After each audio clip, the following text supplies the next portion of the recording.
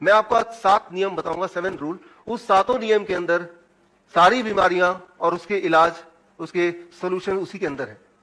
7 rules. Rule number 1, steering in your hand. एक बात आप याद रखिए, जिस तरह से एज एन एक्सपर्ट ड्राइवर कब ब्रेक लगाना है, कब गियर चेंज करना है, कितनी स्पीड डालनी है, कब हॉर्न बजाना है, ये सारा कुछ एक ही जगह से कंट्रोल होता है, तभी वो हो सकता है। Only then it is possible. ठीक उसी तरह से आपका ब्रेन एक ड्राइवर है और उस ड्राइवर को एग्जैक्टली पता है कि ब्लड प्रेशर कितना रखना है, ब्लड शुगर कितना रखना है, कोलेस्ट्रॉल कितना होना चाहिए, टेम्परेचर कितना होना चाहिए। ये सारा कुछ वो ड्राइवर कंट्रोल करता है। जो ड्राइवर आपका बैठा है, जिसे हम बोलते हैं brain, that is the driver. So अब वो गाड़ी चल रही है, अब गाड़ी चलती है, अचानक एक ब्रेक लगता है। जब ब्रेक लगता है तो पीछे वालों को झटका लगता है। दैट इज समथिंग डिस्कंफर्ट, जो कोई चाहेगा नहीं, लेकिन वो झटका इंपॉर्टेंट है, उसका एक कारण है। वो ड्राइवर को पता है कि उसने ब्रेक क्यों मारा है। पैसेंजर को सिर्फ झटका सुनाई दे रहा है या समझ आ रही है, वो फील कर रहा है, लेकिन उसको ये नहीं पता चल रहा कि झटका है तो क्यों है। लेकिन वो ड्राइवर को पता है कि मुझे यहां पे ब्रेक लगाना है, राइट। वो कंट्रोल ड्राइवर के पास है। पैसेंजर अगर ये सोचे ये बार बार ब्रेक लगा रहा है, तो एक काम करता हूं, ब्रेक आगे से हटा के मैं ब्रेक अपने पास ही रखता हूं ताकि वो ब्रेक ही न लगा पाए। तो आपको पता है दिस इज एब्सोल्युटली फुलिश, ये तो बिल्कुल मूर्ख है, ये तो बिल्कुल बुद्धू है, ये तो डिजास्टर हो सकता है। The same thing, exactly the same thing we are doing. हम वही कर रहे हैं रोज। आपका ब्लड शुगर बढ़ गया या ब्लड प्रेशर बढ़ गया, बढ़ना नहीं चाहिए, घटाना कैसे वो एक अलग सवाल है, वो आगे करेंगे।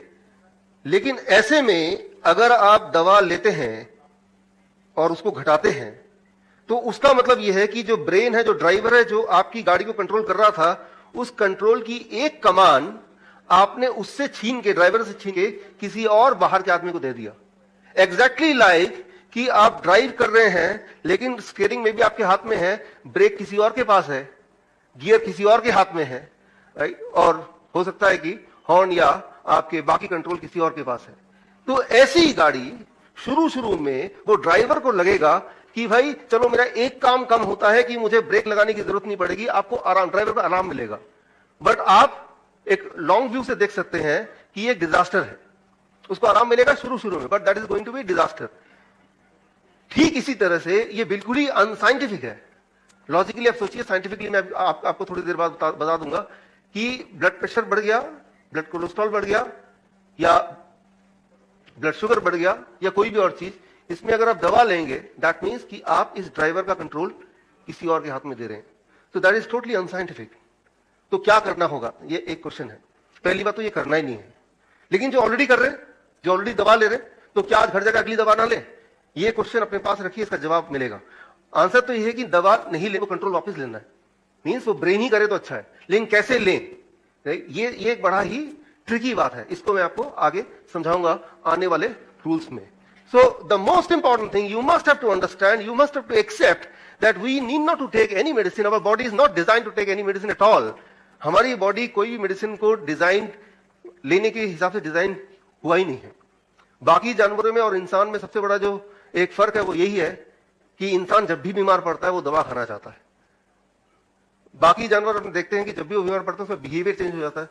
कोई जानवर जाता है घास खाता है, वो उल्टी करता है, जिनके घर में पेट्स हैं उनको पता है, and they get cured on their own. So एक तो हम बीमार हैं, ऊपर से हम दवा खा रहे हैं। ये कोई लॉजिक है? क्योंकि इसको हम देखते आए सदियों से। But truth is whenever you are taking the medicine, you are giving the control to someone outside the driver, right? And that may give you temporary relief. Temporary आराम मिल सकता है, लेकिन आराम मिलना और ठीक होना दो अलग बातें हैं। वो आगे जाके अगले नियम जब आएंगे तो आपको ठीक से समझ आएंगे। फॉर एग्जाम्पल, वैक्सीनेशन की बात करते हैं कि हमें कई बार आर्गुमेंट करते हैं कि डॉक्टर्स की वैक्सीनेशन आ गया तो देखिए इंसानियत की कितनी सारी बीमारियां कम हो गई। फॉर एग्जाम्पल पोलियो पहले कितना वाइड स्प्रेड था, बिल्कुल ना के बराबर है।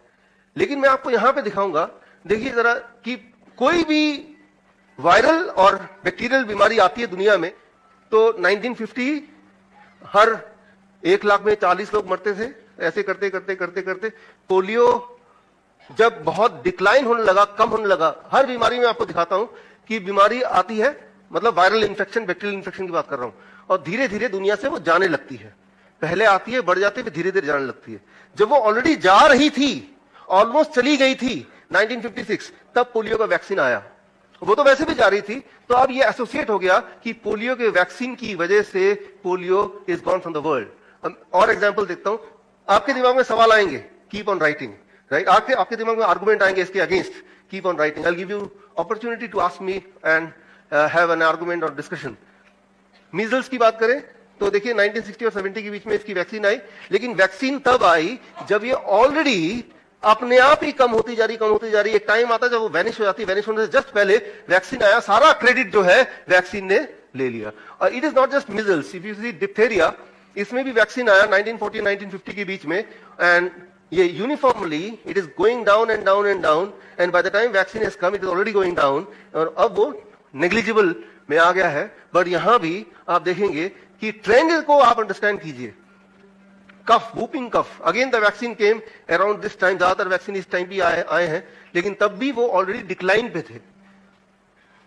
टाइफाइड का कोई मेजर वैक्सीनेशन का वर्ल्ड वाइड डिस्ट्रीब्यूशन नहीं हुआ, लेकिन टाइफाइड में भी आप देखेंगे द ट्रेंड इज राइट, हर 1 लाख में 500 लोगों की डेथ शुरू में, फिर ये करते करते करते करते करते by the time it is 1970 it is almost negligible, बहुत ही कम। एंड सिमिलरली स्कारलेट फीवर, जिसका कोई वैक्सीन नहीं है, कोई वैक्सीन बना नहीं, यहां भी अगर आप देखेंगे डेथ रेट कैसे डिक्लाइन हो रहा है, और अगर यहां वैक्सीन आता बाकियों की तरह तो सारा क्रेडिट वो वैक्सीन ले जाता। सो अगर आप ये सोचते हैं कि ये दवा की वजह से मैं जिंदा हूं, या दवा नहीं होती तो मैं जिंदा नहीं रहता, या अच्छी तरह जिंदा नहीं रहता, तो वो एक भ्रम है, वो एक साइकोलॉजी है। उसको मैं धीरे धीरे करके अपने अगले रूल में आपको धीरे धीरे I will try to make you understand. First, the most important thing is our body is not designed for any kind of medicine ever, right? It may give you relief, वो ठीक है, सरदर्द की दवा खा लेंगे तो सरदर्द में रिलीफ मिल जाएगा, सरदर्द ठीक हो जाएगा, that is wrong। लेकिन रिलीफ मिलने का मतलब कि आपको एहसास नहीं है कि दिमाग में कुछ गड़बड़ है या ब्रेन में या कहीं पे कुछ गड़बड़ है, लेकिन वो गड़बड़ का एहसास को मिटा देता है, एहसास को मिटाता है, वो बीमारी को नहीं मिटाता है, और वो टेम्पररी रिलीफ देता है। ठीक उसी तरह से जैसे मैंने आपको बताया कि आपने अपने बाकी सारे कंट्रोल पीछे डिस्ट्रीब्यूट कर दिया, तो एक एहसास मिल रहा है कि मैं बड़े आराम से गाड़ी चला रहा हूं, बट वो खतरे से खाली नहीं है। जब ब्रेक लगाना चाहेंगे, ब्रेक आप लग ही नहीं पाएंगे, बिकॉज ब्रेक का कंट्रोल कहीं और है। Coming to rule number 2, break for life. Break की बात हम कर रहे थे, गाड़ी में ब्रेक का बड़ा इंपॉर्टेंस है, लेकिन ब्रेक क्या करता है, हमारे जर्नी को धीरे कर देता है, हमारे जर्नी में रुकावट कर देता है, जर्नी की जो स्पीड की जो एक्साइटमेंट है उसको बहुत कम या खत्म कर देता है। लेकिन इन सब के बावजूद भी क्या हम चाहेंगे कि हम अपनी गाड़ी की ब्रेक उठा के फेंक दें? Anybody? Still we know the importance of break. जिस दिन हमें लगता है कि भाई हमारे गाड़ी का ब्रेक रिलायबल नहीं है, उस दिन हम गाड़ी नहीं चलाते। तो बॉडी में गॉड ने या नेचर ने बहुत सारे ऐसे ब्रेक बनाए हैं। तो ब्रेक का मतलब है सम डिस्कंफर्ट ऑब्वियसली, तो बॉडी में बहुत सारे ब्रेक्स हैं, राइट? जैसे रास्ते में कोई पत्थर आएगा तो ब्रेक तो लगाएंगे आप, राइट? तो कोई और पीछे जो जानता नहीं है वो बोलेगा यार ये ब्रेक क्यों लगा दिया आपने, लेकिन पत्थर से जब टकराएंगे तो सारा डिजास्टर हो जाएगा। You understand that? तो ब्रेक आपको बचाता है, ब्रेक लगा के स्पीड को घटा के, एक्साइटमेंट जरूर कम होती है, पल भर के लिए लगता है कि हम तो रुक गए, राइट? लेकिन हमारी स्पीड कम हो गई, लेकिन हम कंफर्टेबल हो गए, हम सेफ हैं। ठीक उसी तरह से बॉडी में कई सारे ब्रेक्स हैं, and they are stone. Body में बनता है, ट्यूमर बनता है, कैंसर बनता है। अच्छा, ये सारी चीजें, मान लो आपको मैं ऑप्शन देता हूं, भगवान ऑप्शन देता है, आपके बॉडी में स्टोन नहीं बनेगा आज से, ट्यूमर का नामो निशान नहीं रहेगा, आपके बॉडी में कैंसर नहीं बनेगा, आप चाहते हैं या नहीं चाहते, तो क्या बोलेंगे आप कि स्टोन बने या ना बने? आप बोलेंगे नहीं भाई हमें नहीं चाहिए stone, we don't want cancer, we don't want tumour, that's what, right?